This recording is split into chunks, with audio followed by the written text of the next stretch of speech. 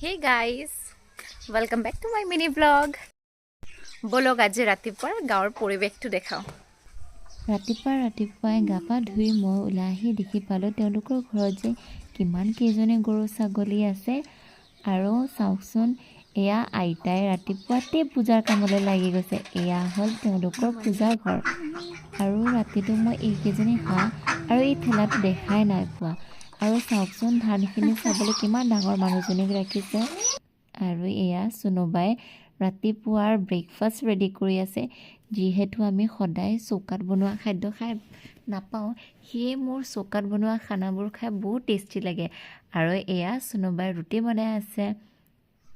আৰু অলপমান বাহিৰলৈ ওলাই চাওঁ, এয়া মানুহ আহিছে গৰুৰ গাখীৰ ওলাবলৈ। আৰু এই পৰিৱেশ চাই মোৰ মামাৰ ঘৰলৈ বৰকৈ মনত পৰিছে, যিহেতু মোৰ মামাৰ ঘৰো গাঁৱত।